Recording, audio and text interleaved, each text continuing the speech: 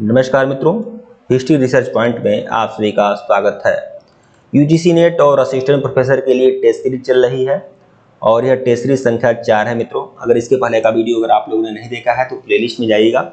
UGC NET assistant professor PGT history test series के नाम से प्लेलिस्ट बनी हुई है। यह जो भी टेस्ट सीरीज है यह यूजीसी नेट के लिए इंपॉर्टेंट है, असिस्टेंट प्रोफेसर की परीक्षा के लिए इंपॉर्टेंट है तथा साथ ही साथ पीजीटी परीक्षाओं के लिए भी बहुत ज्यादा इंपॉर्टेंट है। विशेष रूप से मेरा टारगेट यूजीसी नेट और असिस्टेंट प्रोफेसर के लिए बनाया गया है, इन बाकी परीक्षाओं के लिए भी यह बहुत ही ज्यादा महत्वपूर्ण है। यह जो सीरीज है यह आप लोग देख सकते हैं। देखिए, यह अगर ये पूरा कोर्स आपको ज्वाइन करना है, यह जो 999 रुपया लिखा है यह एमपी असिस्टेंट प्रोफेसर और या यूपीएससी असिस्टेंट प्रोफेसर पेपर 1 के लिए है, या असिस्टेंट प्रोफेसर के लिए है, न कि इसका प्राइस है। देखिए, इसका पूरा हिस्ट्री का अगर आपको ज्वाइन करना है तो इसका जो प्राइस है वो 1499 रुपया है। इसमें आपको कक्षा 6 से लेकर 12 तक पूरी एनसीईआरटी आपकी कंप्लीट कराई जाएगी। कक्षा 6 से लेकर 12 तक की पूरी एनसीईआरटी हिस्ट्री की टेस्ट सीरीज भी आप लोग को मिलेगी, साथ ही साथ नोट्स भी आपको मिलेंगे और पूरा आपका कंप्लीट कराया जाएगा। बहुत सारे नोट्स, बहुत सारी टेस्ट सीरीज लगातार मिलती रहेगी। 3000 क्वेश्चन की रामबाण टेस्ट सीरीज मिलेगी सारगर्भित व्याख्या के साथ, जो यूजीसी नेट के लिए, असिस्टेंट प्रोफेसर के लिए बहुत ही ज्यादा इंपॉर्टेंट होगी।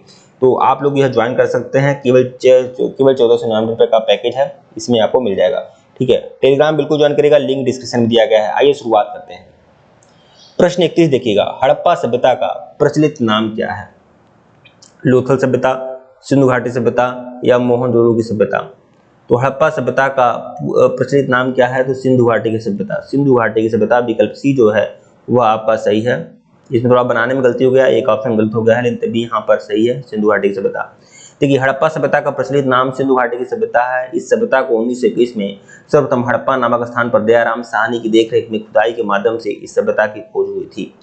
प्रश्न 32 देखिएगा, सिंधु सभ्यता के उत्खनन से प्राप्त मोहरों पर निम्नलिखित में से किस पशु का सर्वाधिक उत्पीड़न हुआ है? तो किस पशु का अंकन है सबसे ज्यादा? शेर, घोड़ा, बैल, हाथी, किसका अंकन है बताएं?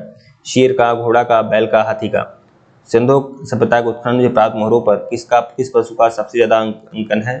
शेर, घोड़ा, बैल, हाथी। तो वृषभ का अंकन सबसे ज्यादा है बैल का। विकल्प सी जो है वो आपका सही है।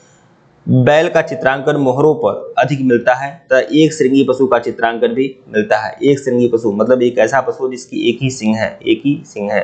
ठीक है।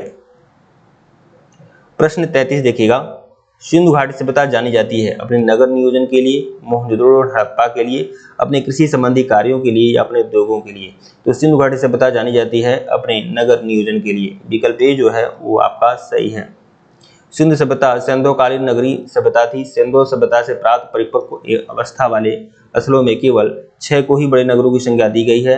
ये है मोहनजोदड़ो, हड़प्पा, गढ़वारीवाला, धौलावीरा, राखीगढ़ी और कालीबंगा। प्रश्न 34 देखिएगा, सिंधु सभ्यता का कौन सा स्थल भारत में स्थित है? हड़प्पा, मोहनजोदड़ो, लोथल, इनमें से कोई नहीं। तो सिंधु सभ्यता का वह स्थल जो भारत में स्थित है वह कौन सा स्थल होगा? तो वह होगा लोथल। विकल्प सी जो है वो आपका सही है। लोथल प्राचीन सिंधु घाटी सभ्यता के शहरों में से एक बहुत बड़े राज्य गुजरात के भाल क्षेत्र में स्थित है। यह जो भाल क्षेत्र कह सकते हैं अहमदाबाद में है, यह आपका लोथल। लगभग 2400 ईसा पूर्व पुराना यह शहर भारत का है। ठीक है। प्रश्न 35 देखिएगा, भारत में खोजा गया सबसे पुराना शहर? हड़प्पा, पंजाब, मोहनजोदड़ो, सिंध? तो भारत में खोजा गया जो सबसे पुराना शहर है वह आपका भारत में खोजा गया सबसे पुराना शहर हड़प्पा, पंजाब, मोहनजोदड़ो, सिंध, ये आपका हड़प्पा है। विकल्प ए जो है हड़प्पा। भारत में खोजा गया सबसे पुराना शहर हड़प्पा है। 1921 में दयाराम साहनी द्वारा हड़प्पा की खुदाई की गई थी। हालांकि आधुनिक हड़प्पा पाकिस्तान के पंजाब में एक पुरातात्विक स्थल है जो साहिवाल से लगभग 24 किलोमीटर पश्चिम में है। बहुत सारे लोग रट लिए हैं कि हड़प्पा जो है पाकिस्तान के पंजाब प्रांत के मोंटगोमरी जिला में है, तो थोड़ा सुधार करिए। पाकिस्तान के पंजाब प्रांत के मोंटगोमरी जिला में नहीं है बल्कि साहिवाल जिला में है। प्रश्न 36 देखिएगा, 36, भारत में चांदी की उपलब्धता के प्राचीनतम साक्ष्य मिलते हैं? हड़प्पा संस्कृति से, पश्चिमी भारत की ताम्र पाषाण संस्कृति से, वैदिक संहिताओं से या चांदी के आहत मुद्राओं में? भारत में चांदी की उपलब्धता के प्राचीनतम साक्ष्य कहाँ से मिले हैं? चांदी की उपलब्धता के प्राचीनतम साक्ष्य मिले हैं हड़प्पा संस्कृति से। विकल्प ए जो है वो आपका सही है। भारत में चांदी के सर्वप्रथम प्राचीन साक्ष्य हड़प्पा काल से प्राप्त हुए हैं। इस काल में स्वर्ण की अपेक्षा चांदी की अपेक्षा अधिक प्रचलन था। चांदी मुख्यतः राजस्थान के जावर व अजमेर से प्राप्त होती थी, जबकि भारत से बाहर अफगानिस्तान के लाजवर्द में चांदी का आयात किया जाता था तथा ईरान से भी चांदी की आयात की साक्ष्य प्राप्त हुए हैं। प्रश्न 37 देखिएगा, सिंधु सभ्यता के बारे में कौन सा कथन असत्य है? नगरों में नालियों की सुदृढ़ व्यवस्था थी, व्यापार और वाणिज्य उन्नत दिशा में था, माता देवी की उपासना की जाती थी, लोग लोहे से परिचित थे। तो कौन सा कथन असत्य है सिंधु सभ्यता के बारे में? नगरों में नालियों की सुदृढ़ व्यवस्था थी, सही है।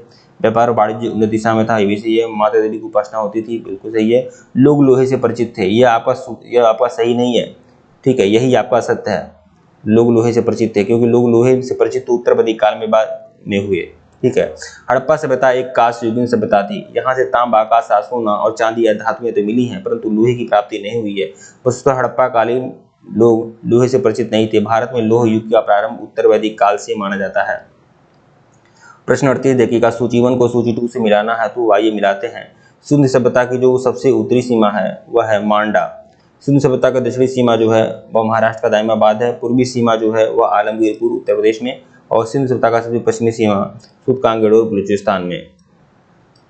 इस तरह से आप लोग मिलान कर सकते हैं। यही मैं बताया हूँ जो मैं कहा हूँ। सिंधु सभ्यता का विस्तार भारत, पाकिस्तान, अफगानिस्तान में फैला है। इस सिंधु सभ्यता का सीमा निर्धारण सर्वप्रथम एच.आर. राव ने किया था।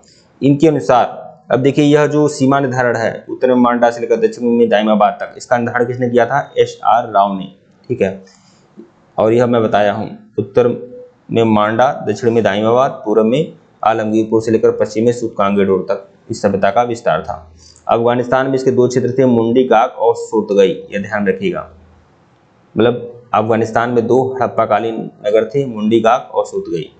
प्रश्न 29 देखिएगा, मांडा किस नदी के किनारे स्थित है? मांडा जो सिंधु सभ्यता का स्थल है, यह किस नदी के किनारे है? चेनाब नदी, सतलज नदी, रावी नदी, सिंधु नदी। तो मांडा जो है चेनाब नदी किनारे है, विकल्प ए जो है आपका सही है। मांडा चेनाब नदी किनारे स्थित है। सिंधु सभ्यता का सबसे उत्तरी पुरास्थल मांडा जम्मू कश्मीर में है।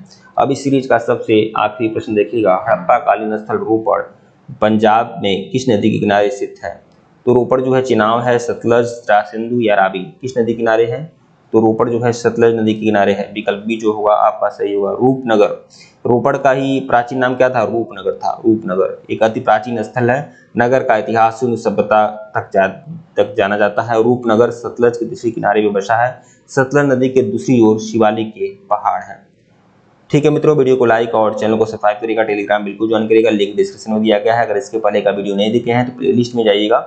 UGC NET assistant professor PGT history test series के नाम से प्लेलिस्ट बनी हुई है, प्लेलिस्ट में जाइएगा और सभी वीडियो को देखिएगा। धन्यवाद आप लोग को।